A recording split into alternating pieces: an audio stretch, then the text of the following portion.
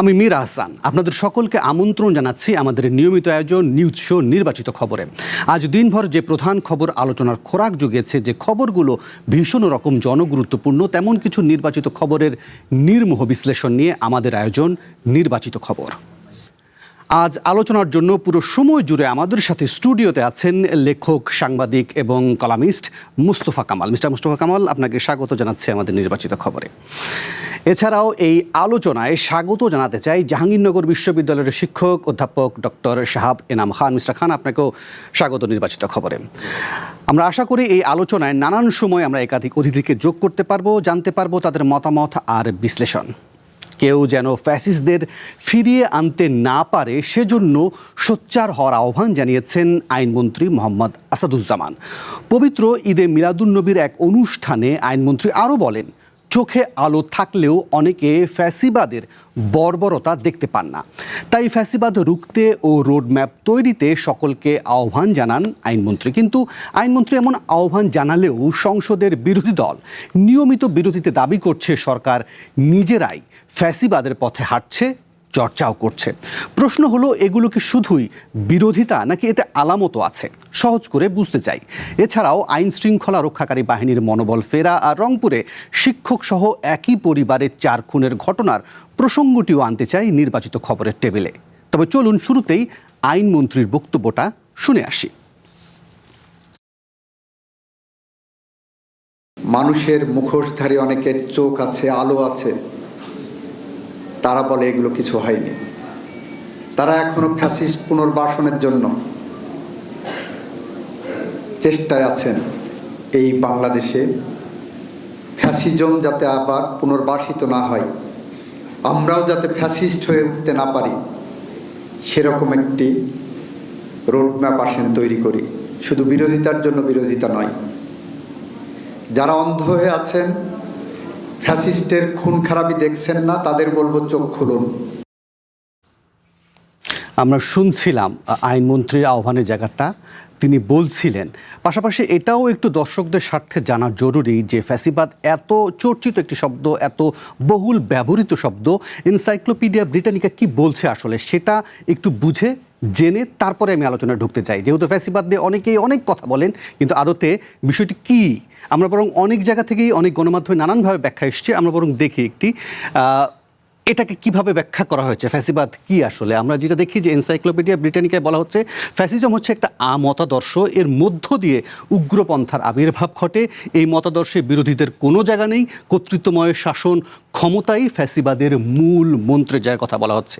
এখানে ব্যক্তি স্বাতন্ত্র্যের কথাও একেবারে উড়িয়ে দেওয়া হয়েছে এবং ধারণাটি কোথা থেকে উৎপত্তি হয়েছে প্রথম বিশ্বযুদ্ধের পর ইতালি থেকে, এবং এই মতবাদ কিভাবে ছড়িয়েছে জার্মানি এবং ইউরোপে, সেই জায়গাগুলো আমরা মোটা দাগে এই ব্যাখ্যায় জানতে পারি। ডক্টর এনাম, আপনার কাছ থেকে বরং আলোচনাটা শুরু করি এই ব্যাখ্যা ধরে, এবং একই সঙ্গে যদি আইনমন্ত্রীর কথাটিকেও যদি আমরা আমলে নেই, তিনি বলছেন যে তারাও যেন ফ্যাসিবাদী না হয়ে ওঠেন এবং পুনর্বাসনের যাতে কোনো ধরনের চেষ্টা না হয়। আবার আপনি যদি সংসদের বিরোধী দলের বক্তব্যও শোনেন, সেখানেও তো তারা নিয়মিত বিরোধীতেই এই সরকারকেই বলছে তারা চর্চা করছে, এই পথেই হাঁটছে। এই উপলব্ধির জায়গা এবং একই সঙ্গে এই অভিযোগের জায়গা, দুটোকে আমরা কিভাবে ব্যাখ্যা করব? ধন্যবাদ। আমি খুবই আনন্দিত যে অ্যাটলিস্ট আমাদের এই চ্যানেলে ফ্যাসিবাদের একটা প্রপার ডেফিনেশনের আলোচনাটা হচ্ছে। এটা খুবই জরুরি এবং আমি আপনাকে ধন্যবাদ দিতে চাই এটার কারণে যে অন্ততপক্ষে ফ্যাসিবাদটা আসলে কি সেটা আপনি তুলে ধরেছেন এবং যথার্থভাবে। যদি আপনি রজার গ্রিফিন্স বা রবার্ট প্যাক্সটন এদের কথাবার্তা যদি চিন্তা করেন, ফ্যাসিজম এসেনশিয়ালি শুরু হয়েছিল কিন্তু রেভলিউশনারি আইডিয়া দিয়ে। কিন্তু রেভলিউশনারি আইডিয়ার মুশকিলটা হচ্ছে যে এই রেভলিউশনারি আইডিয়াটা একটা পর্যায়ে গিয়ে যখন পাওয়ার কনসলিডেট করলে তখন বলে আল্ট্রা ন্যাশনালিজম আসে, এবং আল্ট্রা ন্যাশনালিজম থেকেই আপনার এই বিষয়গুলি। কিন্তু বাংলাদেশের ক্ষেত্রে যখন ফ্যাসিজমটা হয়েছে, সেটা মূলত হয়েছে হলো যে ব্যক্তি স্বাতন্ত্র্যের কোনো অবস্থান নেই, অর্থাৎ আমি এবং তোমরা, অর্থাৎ আমরা এবং তোমরা আলাদা। তো এই যে কনসেপ্টটা, সেটাতে হয় কি ইনক্লুসিভিটি থাকে না, আর ইনক্লুসিভিটি যখন থাকে না তখন নেশন বিল্ডিংটাও হয় না। তখন যেটা হয় যে পলিটিক্যাল পার্টি তার এই থেকেই আসলে এই ফ্যাসিবাদের কথাটা এসছে। এবং আমি মনে করি যে আইনমন্ত্রী যে কথাটা বলেছেন সেখানে সবচেয়ে ক্যাচিং পয়েন্টটা হলো আমরা যাতে ফ্যাসিস্ট না হই, that's very important. Okay, introspection মানে অর্থাৎ নিজেদের বোধোদয় হওয়াটা খুবই জরুরি। এখন মুশকিলটা হচ্ছে যে আমরা বোধোদয় হচ্ছি কিনা, এখানেই হলো ইস্যুটা। আমরা যদি প্রথম থেকে একটু দেখি 2024-এর পরবর্তী সময়ে যে ঘটনাগুলি ঘটেছে, সেই ঘটনাগুলিতে আমরা একটা ইন্টারিম গভর্নমেন্ট পেয়েছিলাম। আমার কাছে মনে হয় যে বাংলাদেশের ইতিহাসে এত দুর্বলতম সরকার অতীতে হয়নি। যদিও এই সরকারকে অন্ততপক্ষে দুটো বিষয়ে আপনাকে ক্রেডিট দিতেই হবে। একটা হলো, প্রথম কথা হলো ইলেকশন। যে ইলেকশনটা মনে হয় যে বর্তমান ইতিহাসে, বাংলাদেশের ইতিহাসে আমার মনে হয় যে one of the best and finest election. সেটার জন্য ইন্টারিম গভর্নমেন্ট অবশ্যই ধন্যবাদ পান, কিন্তু সেই সাথে এটাও মনে রাখতে হবে যে ইন্টারিম গভর্নমেন্টের একার জায়গা না, সেখানে সব পলিটিক্যাল পার্টি এবং সেই সাথে বাংলাদেশ আর্ম ফোর্সেস প্রত্যেকেই ভূমিকা পালন করেছে যাতে ইলেকশনটা হয়। এখন সেই ইলেকশন পরবর্তী সময়ে যে পলিটিক্যাল প্রসেসটা, সেটা মাত্র 6 মাস হয়েছে। সুতরাং এখনো পর্যন্ত আমরা যদি হিসাব করি একটা হানিমুন পিরিয়ড কিন্তু চলছে। কিন্তু মুশকিলটা হচ্ছে যেটা, যে এই মুহূর্তে বাংলাদেশ সরকার দুটো দুর্বলতা নিয়ে এসছে। একটা হলো যে আনফিনিশড রিফর্ম, অর্থাৎ ইন্টারিম গভর্নমেন্টের রিফর্মের খুব বেশি কোনো কিছু হয় নাই। অনেক কথাবার্তা বলেছে, হাবিজাবি অনেক কিছুই বলেছে, কিন্তু আলটিমেটলি যেসব জায়গায় রিফর্ম করা দরকার সেই জায়গাগুলিতে আসলে খুব বেশি রিফর্ম হয়নি। আর সেকেন্ড হলো যে রিফর্মের পরবর্তী সময়ে যেটা আছে, যে একটা রেফারেন্ডাম হলো, রেফারেন্ডামের পরবর্তীতে সেটা বাস্তবায়নের ক্ষেত্রে এখন পার্লামেন্টে বড় রকমের বিতর্ক থেকে অনেক কিছুই চলছে, এবং যেটা হেলদি, সেটা আনহেলদি কিছু না। কিন্তু মুশকিলটা হচ্ছে যে এটার একটা রূপরেখা দরকার আছে। সুতরাং বাংলাদেশের এই মুহূর্তে অর্থনীতির যে অবস্থা, যেটা বিএনপির সৃষ্টি করা না, বিএনপি এটা ইনহেরিট করেছে এবং পার্লামেন্টও সেটা ইনহেরিট করেছে। তার মানে বিএনপির জন্য এখন যে বিষয়টা এখনো এক্সকিউজ দেওয়া সম্ভব, যে আমরা অতীতে এটা পেয়েছি, অতীত থেকে আমাদের কাছে এসে পড়েছে হরমুজের ক্রাইসিস, ইরান ক্রাইসিস ইত্যাদি ইত্যাদি। কিন্তু মুশকিলটা হলো যে এইটা বেশি দিন পর্যন্ত এই ধরনের যুক্তি কিন্তু চলবে না, যে পর্যন্ত আপনি, কারণ মানুষ একটা পর্যায়ে গিয়ে কিন্তু এই জিনিসগুলো হয় ভুলে যায়, অথবা বাংলাদেশের চারিত্রিক বৈশিষ্ট্যগুলি যদি নেন, একটা পর্যায়ে ভুলে গিয়ে স্বাভাবিকভাবেই তখন সে অনেক কিছুই ডিমান্ড করে। প্রফেসর এনাম, এটা কি বলা যায় যে ধরেন পাবলিক পারসেপশন, ধরেন অনেকে বলছেন যে ঠিক আছে হানিমুন পিরিয়ড আছে, বিএনপি একটি অতীত ক্রাইসিস নিয়ে সামনে এগুচ্ছে, কিন্তু দলটা বা যে সরকারটি এখন পরিচালিত হচ্ছে তার মধ্যে ইতিবাচক, হ্যাঁ আমি চেষ্টা করছি, হচ্ছে কি হচ্ছে না সেটা তো দর্শক বা সাধারণ মানুষ দেখতে পারবে, কিন্তু এই পারসেপশনটা কি তৈরি হচ্ছে সাধারণ মানুষের মধ্যে যে হ্যাঁ এটা চেষ্টা তো চলছে না, এটা নিশ্চিতভাবে। এবং যাদের মধ্যে এই ধ্যান ধারণাগুলি নাই, তাদেরকে আসলে আমি মনে করি যে তর্ক করা দরকার, একটা কিছু বলা দরকার, সুইপিং কমেন্টস করা দরকার, সেটা করে। সেটা নিয়ে আসলে চিন্তিত হওয়ার কিছু নাই। যে ক্রিটিক্যাল মাস কিন্তু এটা অনুধাবন করছে যে এটা এত সহজেই সবকিছু পরিবর্তন করা সম্ভব না। তবে এই জিনিসটা আমার মনে হয় আইনমন্ত্রীর কাছে এই বার্তাটাও থাকা দরকার, এবং আমি ধারণা করি তার কাছে আছে, যে ফ্যাসিজমকে ফিরিয়ে আনা তখনই সম্ভব যখন সোসাইটি নিজেই দেখবে যে কোনো কিছু ডেলিভার হচ্ছে না। ফলে আমি যদি মনে করি যে অতীত সরকার, ধরেন শেখ হাসিনার সরকারকেও যদি আমি চিন্তা করি, সেটাকেও যদি আপনি ফ্যাসিজমের সাথে ইকুয়েট করেন, তাদের ফিরে আসাটাও কিন্তু ডিপেন্ড করবে, যদি আপনি ডেলিভার না করেন সাধারণ মানুষ কিভাবে নিচ্ছে। সোসাইটি যে পর্যন্ত না চাবে সেই পর্যন্ত হবে না। সুতরাং সেই জায়গাতে আমার মনে হয় যে সরকার এবং আইনমন্ত্রীর কথাটা খুবই গুরুত্বপূর্ণ, যাতে আমরা নিজেরা, অর্থাৎ সরকার যাতে ফ্যাসিস্ট না হন, সাধারণ মানুষের মধ্যে যাতে কোনো রকমের আগ্রহ না হয়। আপনি ডেলিভার করলেই তো আর আগ্রহ হবে না। সুতরাং সেইভাবে, এবং আন্তর্জাতিক মানে মহলে কেউ কেউ হয়তো তাদেরকে ফিরিয়ে এনে পুনর্বাসন করার চেষ্টা করবে, সেইগুলি আমাদেরকে মনে রাখবে। যে আমরা আমাদের সাথে এই আলোচনায় বাংলাদেশের বিপ্লবী ওয়ার্কার্স পার্টির সাধারণ সম্পাদক জনাব সাইফুল হককেও যোগ করে নিতে চাই। জনাব সাইফুল হক, আশা করি আপনি ভালো আছেন এবং আমাদের যে আলোচনার প্রারম্ভিক আলোচনা সেটা নিশ্চয়ই শুনতে পেয়েছেন। একই সঙ্গে নিশ্চয়ই আইনমন্ত্রীর যে আহ্বান বা বক্তব্য সেটিও আপনি নিশ্চয়ই শুনতে পেয়েছেন। আমি বরং আমাদের স্টুডিওতে মুস্তফা কামালের একটু বিশ্লেষণটা শুনে আপনার কাছে বরং আসবো। আপনার কাছে যাওয়া এবং মুস্তফা কামালের কাছে প্রশ্ন রাখার আগে আমরা মানে বিভিন্ন গণমাধ্যম ঘেটে ফ্যাসিস্টদের বৈশিষ্ট্য আসলে কেমন হয় সেটা মোটা দাগে একটু দেখার চেষ্টা করি, যে কোন কোন বৈশিষ্ট্যগুলো সামনে আসে ফ্যাসিস্টদের বৈশিষ্ট্যের জায়গা থেকে। সেখানে আপনি দেখবেন যে অলিগার্কের উত্থান, এক দল এক নেতা, পোষ্য বুদ্ধিজীবী তৈরি করা, অতিরঞ্জিত জাতীয় উগ্রবাদ, বাকস্বাধীনতা হরণ, সংবাদ মাধ্যম নিয়ন্ত্রণ, নির্বাচন এবং গণতান্ত্রিক প্রতিষ্ঠানের পতন, ভিন্নমত দমন, বিরোধী দল নির্মূল, সর্বময় ক্ষমতা হরণ, দুর্নীতি, স্বজনপ্রীতি, মানবাধিকার প্রতি অবজ্ঞা, শত্রু চিহ্নিতকরণ, ভয় সংস্কৃতি। মোটা দাগে আমরা এই বৈশিষ্ট্যগুলোর কথাই নানান সময় নানানভাবে আলোচিত হয়েছে। ফলে আমি বরং বিরোধী দলের যে দাবিগুলো জায়গা আছে সেখান থেকে যদি আমি এই পয়েন্টগুলো ধরে আলোচনা করি, এই মধ্যে কোন বৈশিষ্ট্য আসলে এখন পর্যন্ত এই সরকারের মধ্যে তারা দেখতে পান যার কারণে এই দাবিটি তোলেন যে হ্যাঁ, সরকার সেই পথেই হাঁটছে, সরকার সেই চর্চাই করছে? ধন্যবাদ আপনাকে। আপনার এখানে 11টা পয়েন্ট আছে। জি, আমি যদি একটা পয়েন্টে আসি, ওকে।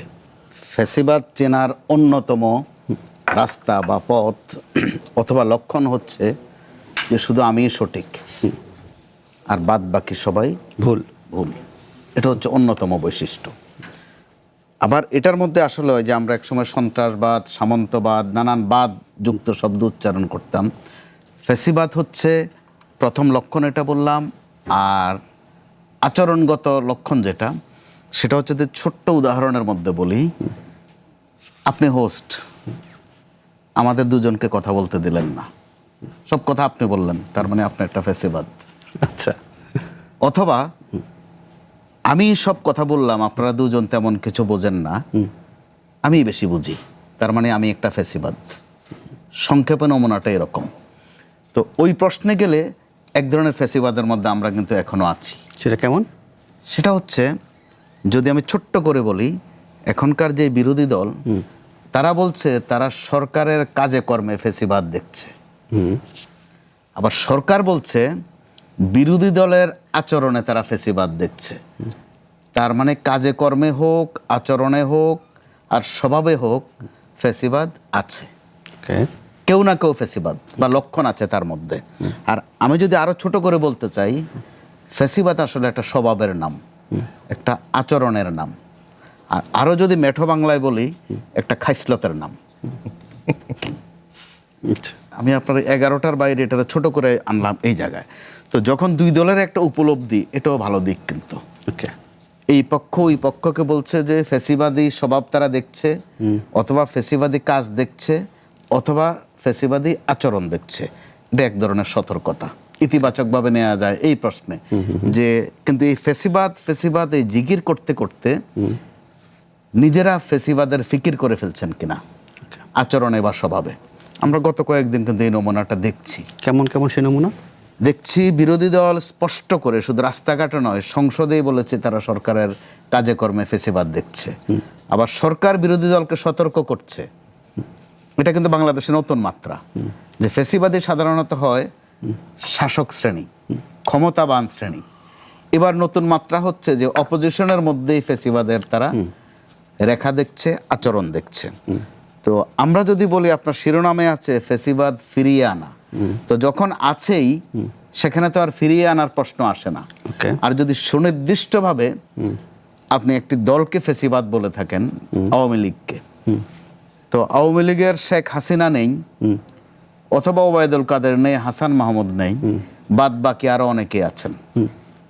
আচরণের স্বভাবে তারা কিন্তু তাদের চর্চাটুকু ঠিকই করছেন। এবং এই দুই পক্ষ, অর্থাৎ সরকার পক্ষ আর বিরোধী পক্ষ, যখন বারবার একে অপরকে ফ্যাসিবাদের তকমা দিচ্ছেন বা সতর্ক করছেন, এর মধ্য দিয়ে তারা হয়তো উপলব্ধি করে থাকতে পারেন যে আমাদের ফ্যাসিবাদের অংশটুকু তো এখন এই দুই পক্ষই ঠিকঠাকভাবে করছে, অর্থাৎ তারা অস্তিত্বগতভাবে ক্রিয়াশীল আছে।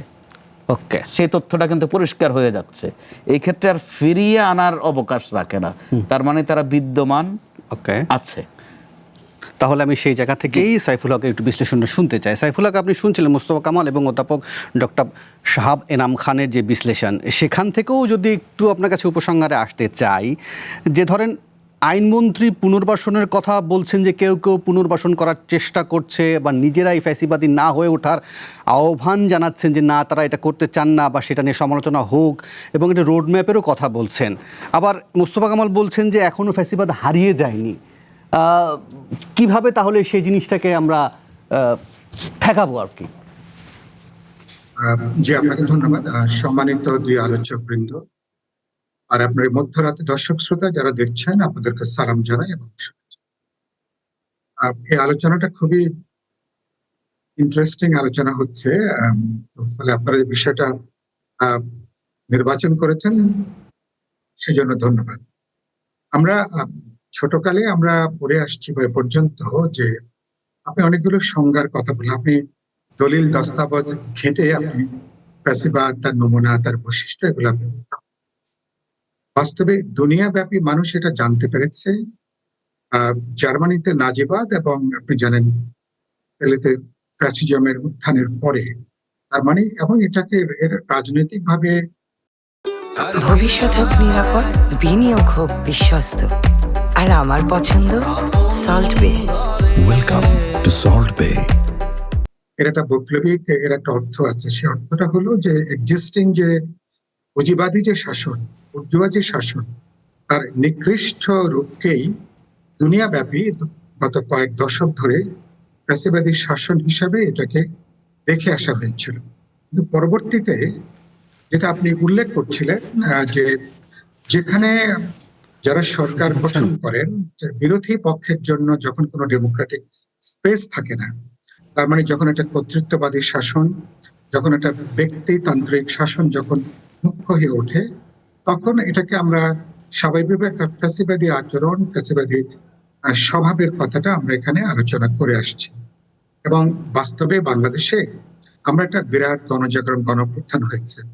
ফ্যাসিবাদের যে যদি ইডিওলজির অর্থে বলেন, যে আপনি যেটা বলছিলেন যে উগ্রবাদের কথা বলছিলেন, উগ্রবাদ অর্থটা কি, এবং ইডিওলজিক্যালি যারা নিজেদের একটা উগ্রবাদ মানে কোনো কিছু জবরদস্তি করে চাপিয়ে দেওয়ার যে প্রশ্ন, যেখানে গণতান্ত্রিক পরিসর নাই, মানুষের গণতান্ত্রিক মত গঠনের কোনো অবকাশ নাই, সেখানে আপনি জবরদস্তি করে চাপিয়ে দেওয়ার যে চিন্তা ভাবনা, এটাকে আমরা সহজভাবে ফ্যাসিবাদী আইডিয়ার কথাটা আমরা বলে আসছি। ফ্যাসিবাদের একটা আদর্শিক উৎস আছে, তার একটা সামাজিক উৎস আছে, অর্থনৈতিক উৎস আছে, এবং তার একটা সাংস্কৃতিক, তার একটা ম্যানিফেস্টেশনের জায়গা আছে। আমাদের আজকে আইনমন্ত্রী তিনি যেটা বললেন, প্রথমত আমি তার বক্তব্যকে স্বাগত জানাই। তিনি কেবলমাত্র বিএনপিকে তিনি অর্থ করতে চাননি, তিনি আমরা বলতে আমার মনে হয় যে যারা আমরা গণঅভ্যুত্থানের যারা অংশীজন, সরকারের মধ্যে আছেন, সরকারের বাইরে যারা এখন আছেন, পার্লামেন্টের ভেতরে, পার্লামেন্টের বাইরে, তিনি আমার ধারণা সবার উদ্দেশ্যে কথাটা তিনি বলবার চেষ্টা করেছেন। কিন্তু গত 6-7 মাসের যারা এটা উচ্চারণ করছেন, প্রতিপক্ষকে রাজনৈতিক চাপে রাখার একটা কৌশল হিসাবে এই শব্দটা বিএনপি যখন বলছে অন্যদেরকে, এটাও একটা চাপের জায়গাটা। পার্লামেন্টের বিরোধী দল যখন বিএনপিকে বলছে, কিছুটা রাজনৈতিক চাপের জায়গাটা রাখাটা, এটা আমরা বহুদিন ধরে এটা আমরা শুনে আসছি। এর অর্থটা কি? এর অর্থটা হলো যে সরকারের কিছু কিছু, তার মানে দুটো বক্তব্যের মধ্যে কিছুটা সত্যতা আছে। রাতারাতি বিএনপির মতন একটা রাজনৈতিক দল, ধরুন তারা ফ্যাসিবাদের সমস্ত তার যে ম্যানিফেস্টেশন সবকিছু থেকে তারা বেরিয়ে আসছেন, এরকম চিন্তা আমার মনে হয় যে বিএনপি নিশ্চয় করবে না। তারা একটা লড়াই করছেন, সংগ্রাম করছেন, একটা পপুলারলি ইলেক্টেড গভর্নমেন্ট তৈরি হয়েছে, যে সরকার চেষ্টা করছেন একটা জবাবদিহিমূলক, একটা দায়বদ্ধ একটা শাসন পদ্ধতি তৈরি করবার জন্য।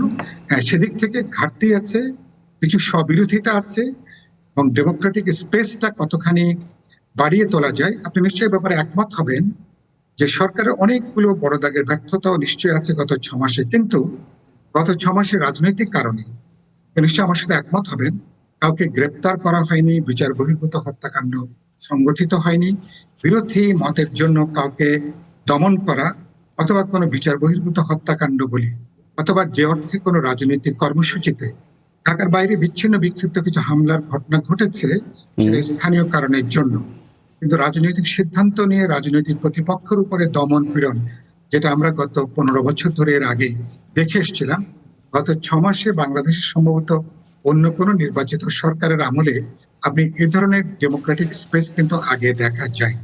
এটাকে বিবেচনার মধ্যে এটাকে নেওয়া দরকার।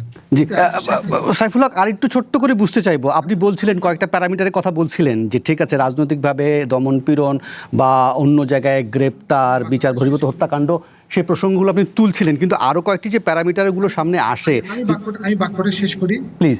ধরুন ফ্যাসিবাদকে প্রধানত ধরুন আমরা এখনো পর্যন্ত আমাদের সংবিধান এটা অষ্টাদশ সংশোধনের মধ্য দিয়ে কি চেহারা নেবে সেটা ভবিষ্যতে দেখবো।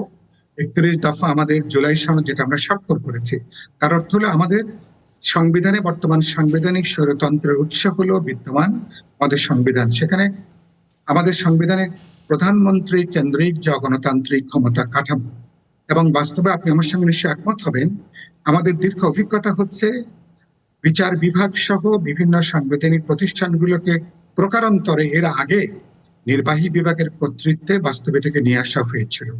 এখন পর্যন্ত আমরা অষ্টাদশ সংশোধনের পরে আমরা এই ক্ষমতা কাঠামোটাকে গণতান্ত্রিক করতে পারবো কিনা, আমার পার্লামেন্ট, আমার জুডিশিয়ারি এবং আমার সাংবিধানিক প্রতিষ্ঠানগুলোর নিয়োগ এবং তার পরিচালনা পদ্ধতি গণতান্ত্রিক হয়ে উঠবে কিনা, প্রধানমন্ত্রী অর্থাৎ সরকার জনগণের কাছে কিভাবে জবাবদিহি করছেন, দায়বদ্ধতা কিভাবে করছেন, এটা দিয়ে বোঝা যাবে যে তারা ফ্যাসিবাদের উত্তরাধিকার সত্যি সত্যি তারা বর্জন করে বেরিয়ে আসছেন কিনা। এবং বিরোধী দলের জন্য যে ডেমোক্রেটিক স্পেসের যে কথাটা আলোচনা হচ্ছে, সংসদের ভেতরে যেটা আমরা দেখছি, সংসদের বাইরে কেবল পার্লামেন্টে বিরোধী দল না, জনগণের সকল অংশ, শ্রেণী পেশার মানুষ, নাগরিক সমাজ, আমার প্রান্তিক মানুষ, পাহাড়, সমতল, আদিবাসী সকল মানুষের জন্য অধিকারের যে সাম্য, গণতান্ত্রিক অধিকারের যে ন্যায্যতা, এটাকে আপনি নিশ্চিত করতে পারছেন কিনা, সরকার জবাবদিহিতার মধ্যে আনছে কিনা।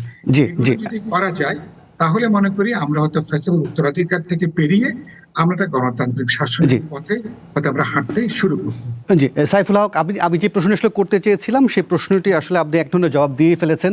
তারপর আমি এটা বিরতি নিয়ে বিরতির পর ফিরে এসে এই প্যারামিটারগুলো বোঝার চেষ্টা করব যে ধরেন আসলে গণতান্ত্রিক এবং সাংবিধানিক প্রতিষ্ঠানগুলো আসলে নিয়ন্ত্রণের বাইরে গেল কিনা, বিরোধী দলকে কতটুকু স্পেস দেয়া হচ্ছে এবং পোষ্য বুদ্ধিজীবী বলেন সেগুলো কতটুকু তৈরি হচ্ছে, নতুন নতুন ন্যারেটিভ তৈরি হচ্ছে কিনা, এবং ভয়ের যে সংস্কৃতির কথা দীর্ঘ সময় ধরে বলা হচ্ছিল সেটা আসলে কতটুকু কাটলো, ফলে সেগুলো আলোচনার দাবি রাখে। আমি একটা বিরতি নেই, বিরতির পর ফিরে এসে এই আলোচনাটাই আবারও টেবিলে তুলতে চাই। তবে তার আগে নেব ছোট্ট একটা বিরতি, ফিরছি একটু পর। আবার আমন্ত্রণ নির্বাচিত খবরে। আমাদের সাথে আছেন মুস্তফা কামাল, আছেন অধ্যাপক ডক্টর শাহবেনাম খান, আছেন সাইফুল হক। শাহবেনাম, আপনার কাছ থেকে একটু বোঝার চেষ্টা করব। আপনি শুনছিলেন সাইফুল হকের মন্তব্য, তিনি কয়েকটা পয়েন্ট আউট করেছিলেন যে হ্যাঁ এই বিষয়গুলো হয়নি, বিচার বহির্ভূত হত্যাকাণ্ড বলেন বা রাজনৈতিক দমন পীড়নের জায়গা থেকে তিনি দেখছেন যে না ঠিক আছে, এই জায়গাগুলো তো ঠিক আছে, কিন্তু অন্যান্য যে গণতান্ত্রিক প্রতিষ্ঠানগুলো বিষয়ে যে দখলদারিত্ব বলেন বা স্বজনপ্রীতির কথা বলেন সেগুলো কিন্তু ভীষণভাবেই সামনে আসছে। আবার এটাও তো ঠিক যে 2/3 সংখ্যাগরিষ্ঠ নিয়ে একটি দল যখন সংসদে থাকে তখন তো সে চাইবেই তার সুবিধাজনক অবস্থা টিকিয়ে রাখতে অনেক কিছু চাপিয়ে দিতে, ফলে সেটাকে আমরা ফ্যাসিবাদ বলবো না কেন? ধন্যবাদ। আমার কাছে যেটা মনে হয়, সাইফুল ভাইয়ের সাথে আমি সম্পূর্ণভাবে একমত। অন্তত পক্ষে 2-3টা গুণগত পরিবর্তন কিন্তু এসছে। প্রথম কথা যে ল এনফোর্সমেন্ট এজেন্সিগুলির যে একটা রেকলেস ব্যবহার ছিল অতীতে, সেটা মোটামুটি এখন কমে গেছে। ফলে অর্থাৎ আপনার যে ভয়ের একটা সংস্কৃতি ছিল সেই জায়গাতে মোটামুটি কিছুটা হলেও মানুষের স্বস্তি ফিরেছে। এবং আপনি দেখবেন যে মানুষ এখন আগের চেয়ে অনেক বেশি কথাবার্তা বলতে পারছে। বিএনপিকেও ক্রিটিসাইজ করছে, জামাতে ইসলামকেও ক্রিটিসাইজ করছে, আওয়ামী লীগকে তো পড়েছি। তো সুতরাং এইসব জায়গা থেকে এবং এনসিপি তো আছে। সুতরাং এই জায়গাতে আমি মনে করি কিছুটা, এবং এটাকে যদি সরকার টিকিয়ে রাখতে পারে, আমার মনে হয় বাংলাদেশের সামাজিক রাজনৈতিক বাস্তবতায় এটা একটা বড় কাজ হবে। এইভাবে বলবো নাকি যে ধরেন আমরা বলছি যে ঠিক আছে যেসব বাহিনীর কথা নানানভাবে প্রশ্নবিদ্ধ হতো তাদের ইন্টারফারেন্স কমে গেছে, নাকি এরকম যে তাদের আসলে শক্তিমত্তা আসলে কমে গেছে যার কারণে সে ব্যবহার করা আমার যাচ্ছে কাছে না? মনে হয় দেখেন আপনার এজেন্সিগুলি বা এজেন্সি বলতে আমি বোঝাচ্ছি যে ল এনফোর্সমেন্ট এজেন্সিস বা এরা যারা আছে এরা সম্পূর্ণই পলিটিক্যাল ইস্যুর উপরে ডিপেন্ড করে। কারণ একটা পলিটিক্যাল কর্তা কি চান তার উপরেই তো বাকি এজেন্সিগুলি, সরকারের এজেন্সিগুলির নিয়মই হলো যে চেইন অফ কমান্ডের মাধ্যমে আসে।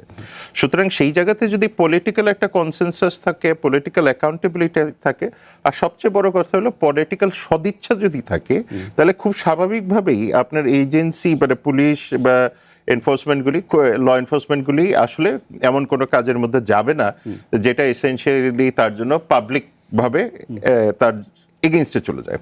এবং অন্ততপক্ষে 2024-এর কাছ থেকে তো সকলেই শিক্ষা পেয়েছেন, মানে এটা পুলিশ বলেন বা আপনি সিভিল অ্যাডমিনিস্ট্রেশন বলেন কিংবা পলিটিক্যাল পার্টি বলেন বা ব্যুরোক্রেসি বলেন, যেটাই বলেন না কেন। ফলে যে কারণে আমি মনে করি অন্ততপক্ষে সেই শিক্ষাটা কিছুটা হলেও আছে। এখন যে কথাটা আমি বারবার বলি সেটা হলো সময়। আমাদের ইতিহাসের সময় একটা খুব ইম্পর্টেন্ট ইস্যু, যে এই কতটুকু পর্যন্ত আমরা এই স্পিরিটটাকে ধারণ করতে পারবো। এবং এই স্পিরিট ধারণের ক্ষেত্রে সাইফুল ভাই খুবই ইম্পর্টেন্ট একটা কথা বলেছেন, যে আপনি হয়তো লিগ্যাল অ্যাটমসফিয়ার, জুডিশিয়াল অ্যাটমসফিয়ারে কিছুটা যদি ইমপ্রুভও করেন, আরও অনেক ক্ষেত্র আছে যেসব জায়গায় বারবার কমপ্লেন আসছে। এখন এইখানে আরেকটা বিষয় থাকে যে 18 কোটি দেশের মানুষের বিভিন্ন রকমের ইস্যুসগুলি তো থাকবেই। এখন মেইন পয়েন্টটা কি? মেইন পয়েন্টটা এখানে আমার যেটা বক্তব্য সেটা হলো যে পলিটিক্যাল পার্টিগুলি এমন একটা সময় বাংলাদেশে এসছে যে গ্লোবাল স্ক্রুটিনি কিন্তু তাদের উপরে আছে। অর্থাৎ জামাতে ইসলামী কি করছেন, বা বিএনপি কি করছেন, বা এনসিপি কি করছেন, প্রত্যেকটাই এখন গ্লোবাল কমিউনিটি দেখছে। এবং দেখার ফলে অতীতে যেরকম আপনি একটা ইম্পিউনিটির মধ্যে দিয়ে যেতে পারতেন, এটা এখন আর আগের মতো তো সম্ভব হবে না।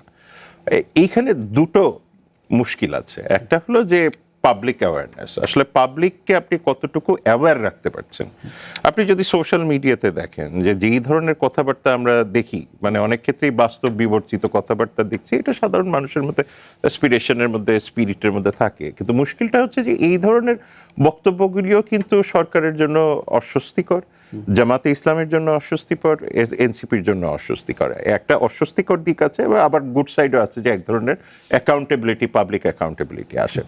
সুতরাং সেই জায়গাতে আমার মনে হয় সরকার নজর দিবেন যে সাধারণ মানুষ কীভাবে, প্রথমেই যেটা বললাম, যে পর্যন্ত সোসাইটি না চাইবে সেই পর্যন্ত ফ্যাসিজম আসতে পারে না। তার মানে সেকেন্ড পয়েন্টটা হলো সোশ্যাল আন্ডারস্ট্যান্ডিং, যে সোসাইটি কতটুকু ছাড় দিবে, কতটুকু রাখবে। আমার মনে হয় সেই জায়গাতে আমরা একটা বড় রকমের ঘাটতি দেখতে পাচ্ছি। কেন দেখতে পাচ্ছি? ধরেন এই যে কিছুদিন আগে স্কুল কলেজ নিয়ে যে রেজাল্ট নিয়ে যেসব পরীক্ষা নিয়ে যেগুলি হলো, এটা একদম ব্লেটেন্ট exposure of our intellectual bankruptcy. এবং এই ইন্টেলেকচুয়াল ব্যাংক্রাপসি কিন্তু আবার ফিরে ফিরে আসবে। সুতরাং সেই জায়গাতে আমার কাছে মনে হয় যে ওই 2024-এর ইতিহাসটা মনে রাখা দরকার, যে যে কোনো ঘটনায় যে কোনো দিকে মোড় নেয়। সুতরাং সেই জন্য আমার মনে হয় যে পলিটিক্যাল পার্টিগুলি যেন এটা মনে রাখেন। আর সাইফুল ভাইয়ের সাথে আমি আরেকটা জায়গাতে বরাবরই একমত পোষণ করি, এবং আমি সাইফুল ভাইকে অত্যন্ত শ্রদ্ধা করি, যে এইখানে উনি যে ইস্যুটা বললেন, যে আপনার পলিটিক্যাল পার্টিগুলি কতটুকু দায়িত্বশীলতা, যেহেতু দখলদারিত্বের কথা বা এগুলি এসছে, করাপশনের কথা এসছে, that will be very unfortunate. এবং এইখানে শুধুমাত্র জাস্ট যে জায়গাটায় আমি সাইফুল ভাইয়ের সাথে অ্যাড করতে চাই, সেটা হলো যে শুধুমাত্র সরকার আসলে এটা পারবে না, এটাকে করতে হবে সোসাইটি নিজের, কমিউনিটি নিজের। এখন কমিউনিটি কি চায় কিনা, ধরেন আপনার একটা অটো রিক্সা উল্টা দিকে আসতেছে, আপনি যখন তাকে থামাচ্ছেন, সে আপনার উপরে তেড়ে আসতেছে কিংবা ঝগড়া করছে বা কিছু একটা হচ্ছে, মোটরসাইকেল। তো আপনাকে একটা এক্সাম্পল আমি দিলাম, যে এই যে ললেসনেস এবং এফেক্টিভ ইমপ্লিমেন্টেশন অফ ল, যে পর্যন্ত সরকার এফেক্টিভ ইমপ্লিমেন্টেশন অফ লতে না যাবে, সেই পর্যন্ত আপনি যেদিক থেকেই আসেন না কেন, মানে আপনি সবাইকে তো খুশি করতে পারবেন না। এখন যে ল ভাঙে, আপনি যদি তাকে খুশি করতে যান তাহলে তো মুশকিল। এবং সেইটার সিমটম যেটা সাইফুল ভাই মানে ইনস্টিটিউশন দিয়ে দেখালেন, আমি ব্যক্তি দিয়ে দেখালাম, যে ব্যক্তির ক্ষেত্রেও কিন্তু এটা অ্যাপ্লিকেবল। এখন সামাজিক দায়বদ্ধতা, মানে সমাজের যে সামাজিক দায়বদ্ধতা, সেটাকে ফিরিয়ে আনাটা আসলে পলিটিক্যাল পার্টির জন্য এখন একটা বড় কাজ। তাহলে এই প্রশ্নটা কি জরুরি কিনা সাইফুল হক, একটু যদি আপনি যোগ করেন, যে ধরেন নানানভাবে প্রশ্ন উঠছে সাংবিধানিক বা গণতান্ত্রিক প্রতিষ্ঠানগুলোতে দলীয় মতাদর্শের লোকজনের। এখন একটা সরকার চালাতে গেলে সেই দল যার রাজনৈতিক পলিটিক্যাল উইল আছে, সে তার মতাদর্শের বাইরের লোককে কেন সেখানে বসাবে? এরকম কি উদাহরণ পাওয়া যায় আদতে? ঠিক আছে, আপনি গুরুত্বপূর্ণ প্রশ্ন করেছেন। প্রথমত, যখন কোনো রাজনৈতিক সরকার ক্ষমতায় আসে, তো সরকার তারা তো তাদের যে কর্মসূচি, বিএনপির এখন 31 দফা, জুলাই সনদ, নির্বাচনে তাদের ইশতেহারে অনেকগুলো পাবলিক কমিটমেন্ট আছে, এবং বিএনপিকে প্রথম 6 মাসে অনেকগুলো ম্যানিফেস্টেশন দেখাতে হয়েছে যে তারা ইশতেহার বা কমিটমেন্ট অনুসারে তারা কাজ শুরু করেছে। সেদিক থেকে সার্ভিসগুলো ডেলিভার করবার জন্য, ধরুন এই যে যেভাবে বিশ্ববিদ্যালয় থেকে বলুন অথবা প্রশাসক নিয়োগ দেওয়া হয়েছে, এটা নিয়ে সমালোচনা আছে। কিন্তু একই সাথে আমার বিএনপির বন্ধুরা আমাকে যে উত্তরটা দিয়েছেন, যে সময়গুলো ইলেকশনটা যেহেতু সময় লাগছে, তাহলে মানুষকে তার কিছু সার্ভিস যাতে মানুষ পেতে পারেন, তার জন্য এই নিয়োগগুলো সরকারকে দিতে বাধ্য হয়েছে। গুরুত্বপূর্ণ প্রশ্ন, যত না দলে, তার চেয়ে এখানে যোগ্য ব্যক্তিরা যারা এই ব্যাপারে প্রফেশনাল, যারা এখানে সত্যি দক্ষতা, যোগ্যতা বা প্রজ্ঞার পরিচয় দিতে পারবে, সেই ব্যক্তিবর্গ এখানে আছে কিনা। এক, দুই হলো দলীয় মতাদর্শ ধারণকারী ব্যক্তি অযোগ্য হবে এই প্রশ্নটা উঠে কেন? না না না এটা নিশ্চয়ই সবার ক্ষেত্রে না, কিন্তু নিয়োগটা যেভাবে হয়েছে সেই নিয়োগে আপনি নিশ্চয়ই এটা আপনি বলতে পারেন না যে সবাই এই ব্যাপারে দায়িত্ব পালন করবার ক্ষেত্রে সবাই এখানে যোগ্য, অভিজ্ঞ বা প্রজ্ঞার পরিচয় দিয়ে আসছে। আপনি নিশ্চয়ই কথা জোর দিয়ে বলতে পারবেন না। এবং বিরোধীরা যে কথা বলে আসছেন, এটা রাজনৈতিক নেতৃবৃন্দ বা সরকারি দলে তাদেরকে পুনর্বাসনের এক ধরনের প্রকল্প হয়ে দাঁড়িয়েছে কিনা, এই কথাকে পুরোপুরি উড়িয়ে দেওয়াটা কিন্তু সমীচীন হবে না। আমি যে কথাটা, আমার আর্গুমেন্টের পয়েন্টটা হচ্ছে, এটা একটা অন্তর্বর্তীকালীন জন্য রাখতে পারে। এখন আগামী নভেম্বর যখন লোকাল গভর্নমেন্টের ইলেকশন যখন শুরু হবে, আমরা অবশ্যই দেখতে চাইবো এই সমস্ত প্রতিষ্ঠানগুলোতে যেগুলোর সাথে জনগণ প্রত্যক্ষভাবে যুক্ত, এখানে নির্বাচিত জনপ্রতিনিধিরা যত তাড়াতাড়ি তারা এসব জায়গায় আসতে পারে। অবশ্যই আমরা সেটাকে দেখতে চাই। আমার একটু অন্য মনোযোগের প্রশ্ন আছে। আমি যে কথাটা বলতে চাই, এবার অভ্যুত্থান, আমি আপনাকে অন্যদিকে একটু মনোযোগ দিই। বাস্তবে বাংলাদেশে 24-এর আমাদের অনেক কিছু ফেলিওর আছে, স্ববিরোধিতা আছে, হতাশা আছে, কারো কারো দীর্ঘশ্বাস আছে, কারো কারো রক্তক্ষরণ আছে, কোনো সন্দেহ নেই। এটা একটা খুব গুরুত্বপূর্ণ, বাংলাদেশে পুরনো জমানার মতন আর কোনো ফ্যাসিবাদী শাসন। ভবিষ্যৎ হোক নিরাপদ, বিনিয়োগ হোক বিশ্বস্ত, আর আমার পছন্দ সল্ট বে। Welcome to Salt Bay. অদূর ভবিষ্যতে বাংলাদেশে কায়েম হওয়ার সুযোগ বাস্তবতা অনেক কম। এর কারণটা কিছুটা আমার শাহিদ এনাম ভাই তিনি খানিকটা উল্লেখ করেছেন। এখানে প্রতিটা মানুষ এখন কঠিন নজরদারির মধ্যে। সরকারি প্রতিটা পদক্ষেপ, যে কোনো রাজনৈতিক দল, যে কোনো সামাজিক সংগঠন, এমনকি যে কোনো ব্যক্তি, প্রত্যেকে কিন্তু লক্ষ লক্ষ নজরদারির মধ্যে প্রত্যেকে আপনি কিন্তু আছেন। কোনো একটা শব্দ বাক্য, আপনার দাঁড়ানো, হাঁটা, চলা, কথা বলার ভঙ্গি, আপনার বডি ল্যাঙ্গুয়েজ পর্যন্ত মানুষ এখন কিন্তু আপনাকে নজরদারির মধ্যে রাখছে। পরে পুরনো জমানার মতন কিন্তু কারো পক্ষে ওই জমানায় ফিরে যাওয়াটা সম্ভব না। এটা হলো একটা দিক। আর একটা হচ্ছে যে প্রত্যেকে এখন প্রশ্ন করার, মানে এটাকে আপনি বলছেন এই নজরদারি কি এদেশের মানুষ রাখছে, সেটা পলিটিক্যাল পার্টি হোক বা সবার উপরেই? আমি বলছি এটা সরকার, যেমন সরকার, বিরোধী দল, যে কোনো সামাজিক সংগঠন, সোশ্যালি পলিটিক্যালি যারা ইম্পর্টেন্ট, প্রত্যেকে বিশেষ নজরদারির ভেতরে আছেন। ফলে চাইলেই কারো পক্ষে আগের মতন কোন একটা ব্যক্তি কর্তৃত্ববাদী, কোন একটা ফ্যাসিবাদী শাসন চাইলেই কার্যকরী করা সম্ভব না। আরেকটা গুরুত্বপূর্ণ কথা বলি, আমার শাহিদ এনাম ভাই কিছুটা, যে অনেকেই বলেন যে দেশের মানুষের মন জোয়ার ভাটার মতো ওঠানামা করে, সেখানে কখন কি হয়। শেষ করি প্লিজ। আরেকটা কথা হচ্ছে মানুষের সম্মতি লাগবে। ফ্যাসিবাদের খুব গুরুত্বপূর্ণ প্রশ্ন হলো, ফ্যাসিবাদকে অনেকগুলো পপুলিস্ট নীতি, কৌশল, কর্মসূচি গ্রহণ করতে হয়, এবং যেখানে এক ধরনের, যেটা বললাম না, এর একটা সাংস্কৃতিক বাতাবরণ, এক ব্যক্তি, এক নেতা, এক দল, এক দেশ, এই যে চিন্তা ভাবনা, তার মানে হচ্ছে এর মধ্য দিয়ে ব্যক্তিকেন্দ্রিকতা, পারিবারিক বলেন, ক্ষমতাকে যখন এক ধরনের জমিদারি মনে করা হয়, যখন এক ধরনের মনে করেন পত্তনি পাবার মতন অবস্থাটা, বাংলাদেশে এই জায়গাটা আপাতত ফিরে যাওয়ার কোনো সম্ভাবনা নাই। এবং আমি মনে করি বিএনপি আজকে, আমার আইনমন্ত্রীর কথায় ফিরে আসি, তিনি আজকে কেবলমাত্র, আমি যেটা শুরুতে বলেছি, তিনি সবার উদ্দেশ্যে কথাটা বলেছেন, এখন আচরি আপরি ধর্ম অপরে শেখাও।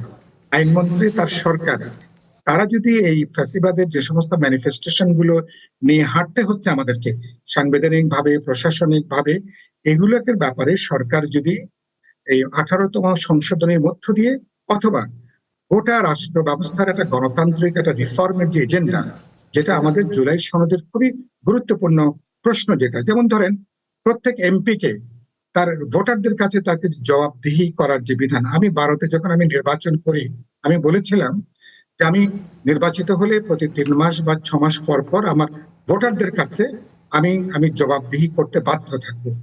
তো আমি মনে করি যে এরকম একটা বিধান আমাদের এই মুহূর্তে তো সংসদে এক ধরনের জবাবদিহিতার প্রশ্ন আছে, কিন্তু আইনগতভাবে এখনো এইভাবে ভোটারদের কাছে সরাসরি জবাবদিহিতার কোনো বিধান এখনো কিন্তু আমরা চালু করতে পারিনি। কিভাবে করা যাবে, হয়তো আমরা আরো উন্নত গণতন্ত্র যখন চর্চা করব, তখন হয়তো এই সুযোগগুলো বাড়বে। বিশেষ কথা যেটা বলতে চাই, মানুষের সম্মতিটা লাগবে। এবং দুর্ভাগ্যজনকভাবে এই সরকার এবং কোন সরকার যখন ব্যর্থ হয় তখন আসলে কিন্তু পুরনো জমানা, তখন মানুষ কিন্তু একজনের নস্টালজিয়া কাজ করে। তাহলে কি পুরনো জমানায় কি ভালো ছিল? তার মানে এটা না, মানুষ পুরনো জমানাকে ফিরে আনতে চায় না। এই দীর্ঘশ্বাসটাও সরকারের কানের মধ্যে নেয় যে আপনারা যে কমিটমেন্ট দিয়ে আসছেন, আপনাদের কমিটমেন্ট অনুসারে কাজ হতে হবে এবং জনগণের প্রত্যাশা মাফিক কাজটা হওয়া দরকার। জি, আপনার পয়েন্ট একদম ক্লিয়ার সাইফুল হক, আপনার পয়েন্ট একদম ক্লিয়ার। আমি বরং এই অংশের উপসংহার টানতে চাই মুস্তফা কামাল।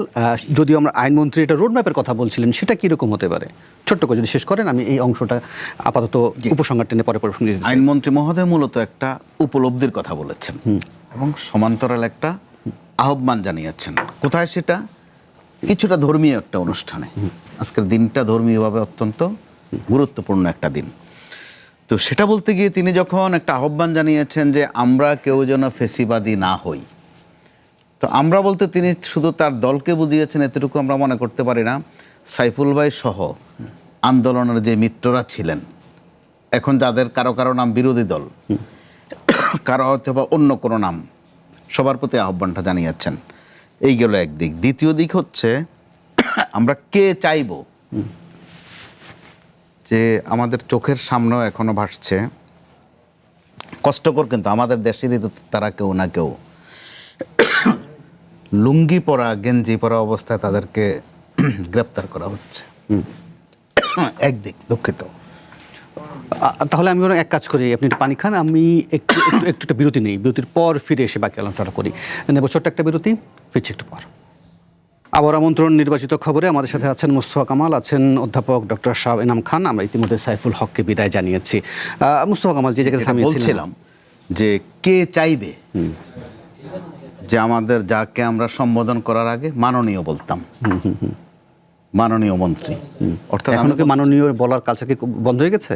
আরো বেশি করে আমরা বলতে চাই সম্মানের সাথে। আচ্ছা, তা আগেও যাদেরকে বলতাম, একজন হচ্ছেন মাননীয় আইনমন্ত্রী, প্রত্যেক দিন, এই আইনমন্ত্রী নন কিন্তু আগের আইনমন্ত্রী, প্রত্যেক দিনে জ্ঞান দিতেন। এখন জ্ঞান দেওয়া কমেছে? এখন জ্ঞান দেওয়া কমেছে না, জ্ঞান আছে, আমরা জ্ঞান নিতেই তো চাই। ওকে। তো ওই আইনমন্ত্রী কিন্তু আপনি মনে করেন 5 আগস্ট সকালবেলাও জ্ঞান দিয়েছিলেন। পরে দেখা গেল যে উনি লুঙ্গি ড্যান্স দিয়ে গ্রেপ্তার হয়েছেন, গেঞ্জি পরা আর লুঙ্গি পরা। এরকম আরেকজন সালমান এফ রহমান। আচ্ছা, অর্থাৎ এটা কেন বলছি, উদাহরণগুলো আনছি, ফেসিবাদের পরিণতিটা কি হয়। আচ্ছা, একজন বিচারপতি, ওনাকে যদি শুধু বিচারপতি মানিক বলা হতে হতো তিনি মাইন্ড করতেন, খুব রাগ করতেন যে পুরোটা বলা হয় না কেন। শামসুদ্দিন বললো মাইন্ড করতেন, বললেন যে চৌধুরী সহ বলা হয় না কেন। ওনাকে আমরা দেখেছি কলা পাতায় শুয়ে আছেন। ঠিক কলা পাতা শুয়ে থাকার কিছুক্ষণ আগে একজন বিডিআর সোলজার ওনাকে বলছিলেন আপনার নাম কি, উনি নিজে বলছেন যে আমার নাম মাইনকা, কারণ এই নামে বেশি চেনে। এটা হচ্ছে একটা পরিণতি। ওকে। তো যেই প্রধানমন্ত্রীর আমরা পরিণতি দেখেছি, দীর্ঘদিনের প্রধানমন্ত্রী, বিরোধী দলীয় নেত্রী ছিলেন, একটা প্রাচীন দলের সভানেত্রী, তিনি এক কাপড়ে দৌড় দিচ্ছেন। তো আমরা তো ভবিষ্যতে চাইবো না কারো এই পরিণতিটা না হোক, আর যারা এই পরিণতির শিকার হবেন তারাও নিশ্চয়ই চাইবেন না। সেই ক্ষেত্রে অবশ্যই বর্তমান আইনমন্ত্রী যথার্থ একটা আহ্বান জানিয়েছেন, ওকে, অন্তত সতর্ক করেছেন। তো আবার ইতিবাচকভাবে বলছি এই কারণে, প্রতিপক্ষকে তারা বলছেন ফেসিবাদ, তার মানে নিজেরা ফেসিবাদ নন, অর্থাৎ এক ধরনের সতর্কতা। ওকে। তো এই জায়গা থেকে আমরা আশা করব তারা ঝগড়া করবেন, ঝাঁটি করবেন, অনেক কিছু করবেন, কিন্তু এমন কোনো আচরণ করবেন না যেটা তাদেরকে ওই পরিণতির শিকার হতে হয়, আবার আমাদেরকে কষ্ট পেতে হয়, সমান্তরালে বিনোদিত হতে হয় তাদের এই লুঙ্গি ড্যান্স দেখে, তাদের এক কাপড়ে পালানো দেখে, কলা পাতায় শুয়ে থাকা দেখে। আপনার মনে থাকার কথা, 2-1 কিন্তু পথে ঘাটে মারাও পড়েছিলেন, ভারতে পালাতে গিয়ে ঘাড় মোটকে মরে গিয়েছিলেন 2-1 পাহাড় পার হতে গিয়ে। তো ওই কথাগুলো মনে রাখার দরকার আছে কাদের, যারা ফেসিবাদ তাড়িয়েছেন তাদের বেশি করে মনে রাখার দরকার আছে, একদম যে point পরিণতি কি হয়, উপলব্ধির বিষয় আছে এখানে। উপলব্ধির বিষয় আছে। ফলে আমি এই প্রসঙ্গের উপসংহার টেনে আইন শৃঙ্খলা পরিস্থিতির বিষয়টি নিয়ে একটু কথা বলা জরুরি। যদিও স্বরাষ্ট্রমন্ত্রী দাবি করছেন যে আইন শৃঙ্খলা রক্ষাকারী বাহিনীর মনোবল ফিরে এসছে বা আসছে, এবং কিন্তু আবার বিএনপির ভারপ্রাপ্ত মহাসচিবের উপলব্ধির জায়গাটা হচ্ছে না, আরও একটু ভালো হওয়ার দরকার। কোনো এক ঈদে মিলাদুন্নবী সম্মত এক প্রোগ্রামে এই কথাগুলো বলেছে, তাদের সেই প্রতিবেদনটা আমরা দেখি, তারপরে একটু ছোট্ট করে আলোচনা করি। পবিত্র ঈদে মিলাদুন্নবী সাল্লাল্লাহু আলাইহি ওয়াসাল্লাম উপলক্ষে নয়াপল্টনে দলের কেন্দ্রীয় কার্যালয়ে দোয়া ও আলোচনা সভার আয়োজন করে বিএনপি। উপস্থিত ছিলেন দলটির কেন্দ্রীয় ও অঙ্গ সংগঠনের নেতৃবৃন্দ। এই সময় স্বরাষ্ট্রমন্ত্রী সালাউদ্দিন আহমেদ বলেন, যৌক্তিক সময়ের মধ্যে প্রতিটি অপরাধীর বিরুদ্ধে ব্যবস্থা নিচ্ছে আইনশৃঙ্খলা বাহিনী। সরকারের 6 মাস অতিবাহিত হয়েছে। এই দায়িত্ব নেওয়ার পরে একটি ঘটনাও নাই, এমন কোনো অপরাধ নাই যেটা সংগঠিত হওয়ার পরই পুলিশ বাহিনী সেটা গ্রেফতার করতে পারে নাই বা বিচারের আওতায় আনা নাই। একটি ঘটনাও নাই। এটাই বাংলাদেশে বর্তমান সরকারের কৃতিত্ব। রংপুরে 4 হত্যাকাণ্ড সহ সাম্প্রতিক নানা ঘটনায় অপরাধীরা ছাড় পায়নি উল্লেখ করে মন্ত্রী বলেন, মনোবল ফিরে পেয়ে গতিশীল হচ্ছে পুলিশ বাহিনী। আইনি কাঠামোতে আসছে অন্যান্য বাহিনীও। অন্যান্য শৃঙ্খলা বাহিনীর আইনি কাঠামোয় পরিবর্তন আনা হচ্ছে এবং তাদেরকে যেমন অ্যাকাউন্টেবিলিটি এবং তাদের জবাবদিহিতা নিশ্চিত করা হচ্ছে, আমরা আইন শৃঙ্খলা পরিস্থিতিকে একটা এমন পর্যায়ে উন্নতি করতে পারবো, ইনশাআল্লাহ জনপ্রত্যাশা পূরণ হবে। এই বাহিনী জনবান্ধব বাহিনী হিসাবে নিজেদেরকে প্রতিষ্ঠা করবে। এ সময় আইন শৃঙ্খলা পরিস্থিতির আরও উত্তরণ ঘটানো দরকার বলে মন্তব্য করেন বিএনপির ভারপ্রাপ্ত মহাসচিব রুহুল কবির রিজভী। এখন যে পরিবেশ রয়েছে সেই পরিবেশ আগের চাইতে খারাপ হচ্ছে সেটা বলবো না, কিন্তু এখান থেকে আমাদের আরও উত্তরণ ঘটানো দরকার। Sania Treza, one news, Dhaka. Professor Inam, আপনার কাছে একটু বিশ্লেষণ শুনতে চাইব। স্বরাষ্ট্রমন্ত্রী যে পরিমাণ কৃতিত্বের দাবি করছেন, যে প্রত্যেকটি ঘটনাতেই আইন শৃঙ্খলা বাহিনী রিয়েক্ট করছেন, কিন্তু পরিসংখ্যান তো বলে না যে গত 6 মাসে আইন শৃঙ্খলা পরিস্থিতি খুব একটা উন্নতি হয়েছে। আচ্ছা, একটা হলো আইন শৃঙ্খলা পরিস্থিতির উন্নতি, আরেকটা হলো আইন শৃঙ্খলা পরিস্থিতিতে পুলিশের ভূমিকা। আমি মনে করি যে এখনো পর্যন্ত দেখেন, পুলিশ ভবিষ্যৎ হোক নিরাপদ, বিনিয়োগ হোক বিশ্বস্ত, আর আমার পছন্দ সল্ট বে। Welcome to Salt Bay. খুবই একটা মানে যেভাবে বলতে চাই, আসলে পুলিশ সবসময় একটা রাজনৈতিক পরিস্থিতির মধ্যে ছিল। আপনার আপনি স্বাধীনতার পর থেকে দেখেন, পুলিশের না ইন্ডিপেন্ডেন্ট কমিশন হয়েছে। পুলিশ কমিশনের কথা কিন্তু বারবার বলা হয়েছিল যে এটা মিনিস্ট্রির আন্ডারে কেন, এটাকে সরিয়ে ইন্ডিপেন্ডেন্ট কমিশন করে দিয়ে এটা একটা মিনিস্টারের আন্ডারে, হোম মিনিস্টারের আন্ডারে থাকতেই পারে, কিন্তু out of the ministry services. তো সেটাও করা হয়নি এবং তার সক্ষমতা বাড়ানোর জন্য যেই ধরনের ক্যাপাসিটি বিল্ডিংটা দরকার ছিল সেটাও কিন্তু নিশ্চিতভাবে হয়নি। এবং বাংলাদেশের টোটাল হিউম্যান রিসোর্সের পয়েন্ট অফ ভিউ থেকে যদি দেখেন, জনসংখ্যা প্রতি পুলিশের সংখ্যা কত, অত্যন্ত নগণ্য, রাইট? সুতরাং সেই জায়গাতে আমাদেরকে এই জিনিসগুলি বাস্তবতাটা মানে রাখতে হবে। আমি মনে করি এই সরকারের দুটা জায়গায় কাজ করার এখনো, যেটা হোম মিনিস্টার বললেন, আপনার এই নিউজ থেকে যেটা দেখলাম, যে তিনি বলেছেন পুলিশকে বা আইন শৃঙ্খলা বাহিনীগুলিকে আরো অ্যাকাউন্টেবল তখনই করতে পারবেন যখন এটা পলিটিক্যাল ইনফ্লুয়েন্সের বাইরে আসবে, কিন্তু পলিটিক্যাল কন্ট্রোল থাকতে হবে। সেটা এক জিনিস। বাংলাদেশে সবসময় মনে করে যে মিনিস্ট্রির বাইরে চলে গেলেই বোধহয় ক্ষমতার অ্যাকাউন্টেবিলিটি কি সেটা কি জনগণের কাছে নাকি যে শাসক দলের কাছে অ্যাকাউন্টেবিলিটি? একটা হলো, সেটাই বলছি যে সুতরাং আপনি যখন তাকে ব্যুরোক্রেসি এবং পলিটিক্যাল পার্টির কন্ট্রোলের বাইরে নিয়ে আসবেন, তখন সে অটোমেটিক্যালি পাবলিকের কাছে অ্যাকাউন্টেবল হয়ে যাবে। এবং পাবলিকের কাছে অ্যাকাউন্টেবল হতে গেলে তাকে যে ইন্ডিপেন্ডেন্ট একটা কমিশন করবেন, সেই কমিশনে আপনি পাবলিক রিপ্রেজেন্টেটিভ রাখেন। সুতরাং তাদেরকে এটা দেখতে দেন, সিভিল সোসাইটি থেকে রাখেন, একাডেমিয়া থেকে রাখেন, ব্যুরোক্রেসি থেকে রাখেন, থেকে রাখেন, ফর্মার পুলিশ, ডিফেন্স, অনেক রকমের মানুষজন আছে যারা এগুলি নিয়ে ভালো কাজ করে। সুতরাং পুলিশ কমিশনটাকে আলাদা করে দেন, অর্থাৎ পুলিশকে বাইরে নিয়ে আসেন। এখন পলিটিক্যাল অ্যাকাউন্টেবিলিটি তো আমরা অতীতে 50 বছরে দেখেছি যে পুলিশের এসপি থেকে শুরু করে আইজি প্রত্যেককেই বিভিন্ন রকমভাবে হ্যারাস করা হয়, রাইট? হ্যারাসটা আমি শব্দটা এই কারণে ব্যবহার করলাম যে তিনি হয়তো ইন্ডিপেন্ডেন্টলি কাজ করতে চাইলেও অনেক ক্ষেত্রে পারে না। আর প্লাস আমাদের তো একটা কালচার আছে, I am being very honest about it. আপনি আমার সাথে হয়তো দ্বিমত পোষণ করতে পারেন। কালচারটা হলো আমাদের নিজেরাই, মানে ওই যে মাইলেজ পাওয়ার জন্য একটা শব্দ যেটা সাইফুল ভাইয়ের সাথে আমি অ্যাড করতে চেয়েছিলাম, সেটা হলো যে মেরিটোক্রেসি বলে একটা বিষয় আছে। অর্থাৎ যেখানে আপনার মেরিটকে আপনি প্রাধান্য দিবেন, সেইখানে নিশ্চিতভাবে আপনার গুণগত পরিবর্তন আসবে। সেটা চীন বলেন, চীনের মতো এক পার্টি কেন্দ্রিক ব্যবস্থাতে বলেন, আপনি মালয়েশিয়ার মতো কমপ্লেক্স প্রসিজিওরে পলিটিক্যাল সিস্টেমে বলেন, সিঙ্গাপুরের মতো দেশে বলেন, আমেরিকার মতো দেশে বলেন, বিভিন্ন দেশগুলি গণতান্ত্রিক বলেন, নন গণতান্ত্রিক, সব জায়গায় কিন্তু মেরিটোক্রেসিকে, অর্থাৎ মেরিটোক্রেসি ছাড়া আপনি আসলে অ্যাকাউন্টেবল করতে পারেন। Point clear. মোস্তফা কামাল, আপনার কাছ থেকে ছোট্ট করে শুনবো, পাশাপাশি আমি ডায়াসের দিকেও যেতে চাই। ধরুন 5ই আগস্টের পর পুলিশ যে ট্রমার মধ্য দিয়ে গেছে, ফলে যেভাবে দাবি করা হচ্ছে মনোবল ফিরতে শুরু করেছে, ফিরেছেই বলছেন, আপনার কি মনে হয়? মাননীয় স্বরাষ্ট্রমন্ত্রী যেটা বলেছেন নগদে টাটকা, কিন্তু সেটার সাথে সংযুক্ত হয়েছেন দলের ভারপ্রাপ্ত মহাসচিব, তিনি সেটা পরিষ্কার করে বলেছেন, যার সারাংশ দাঁড়াচ্ছে এত উচ্চাশার পর্যায়ে এখনো না যাওয়া ভালো। তো আবার পুলিশের কাঠামোগত দিকটা দেখতে হবে। পুলিশ জবাবদিহি করছে কিন্তু নিয়মিত কয়েক জায়গায়। একটা হচ্ছে দলের কাছে করছে, এক নিষ্ঠুর বাস্তবতা। কে কত বিএনপি, কার বাবা বিএনপি করতেন, তিনি কবে বিএনপি করতেন, যেটা এক সময় হতো যে কে কত আওয়ামী লীগ ছিলেন, কার বাড়ি গোপালগঞ্জ, এখন অন্য গঞ্জ টেনে নিয়ে আসা হচ্ছে। এই 90 বিএনপি থামাবেন কেমন করে? এটা সরকার চায় কিনা, দলের কাছেও অ্যাকাউন্টেবল, সরকারের কাছেও অ্যাকাউন্টেবল, মন্ত্রণালয়ের কাছে অ্যাকাউন্টেবল। তো ওই ক্ষেত্রে আপনি মনোবলের কথা বলছেন, মন ঠিকঠাক মতোই আছে, নৈতিক বল কতটুকু আছে? কারণ কাঠামোগতভাবে এখন বলের সুযোগ বড় কম। এখনও ঘুমের মধ্যে তারা যাচ্ছে না, ওই ধরনের কাণ্ডকীর্তিতে যাচ্ছে না, সেটা সরকারের সদিচ্ছার প্রমাণ অবশ্যই। কিন্তু সরকার যদি চায়, আপনি দেখবেন শুধু পুলিশ কেন বা সরকার অন্যান্য গোয়েন্দা সংস্থা কেন, আনসার বাহিনীও গুম কাজে দক্ষতা দেখাতে পারবে। সদিচ্ছার জায়গা থেকে মূল প্লাস অ্যাকাউন্টেবিলিটির কথাটা আপনি আনছেন। আমি বরং এই ফাঁকে একটু সর্বশেষ আপডেটগুলো দেখে নিতে চাই অনলাইন পোর্টাল থেকে, পারলে সেখান থেকে ছোট্ট করে মন্তব্য শুনতে চাইব। প্রথম আলো সর্বশেষ যে আপডেট দিচ্ছে, কেন নেপাল তিব্বত সীমান্তে আকস্মিক এই বন্যা, কেন এত প্রাণহানি, নেপালে আকস্মিক বন্যা, ভূমিধসে নিহত বেড়ে 157, নিখোঁজ 4 শতাধিক।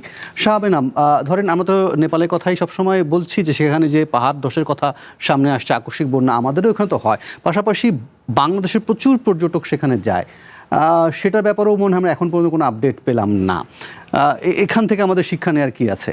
না, এখান থেকে অনেকগুলি শিক্ষা নেওয়ার বিষয় আছে। প্রথম কথা যে আকস্মিক বন্যা, সেই জায়গাতে যেই ধরনের ক্যাজুয়ালিটি হয়েছে, এই ক্যাজুয়ালিটিগুলি আমাদের দেখা দরকার আছে। যদিও আমাদের প্যাটার্ন, বন্যার প্যাটার্ন বা ফ্লাড প্যাটার্ন আর নেপালের ফ্লাড প্যাটার্ন এক না, কারণ ওইটা আপনার আপার টেরেন থেকে নিচে আসে, আর আমাদের তো ফ্ল্যাট ল্যান্ড।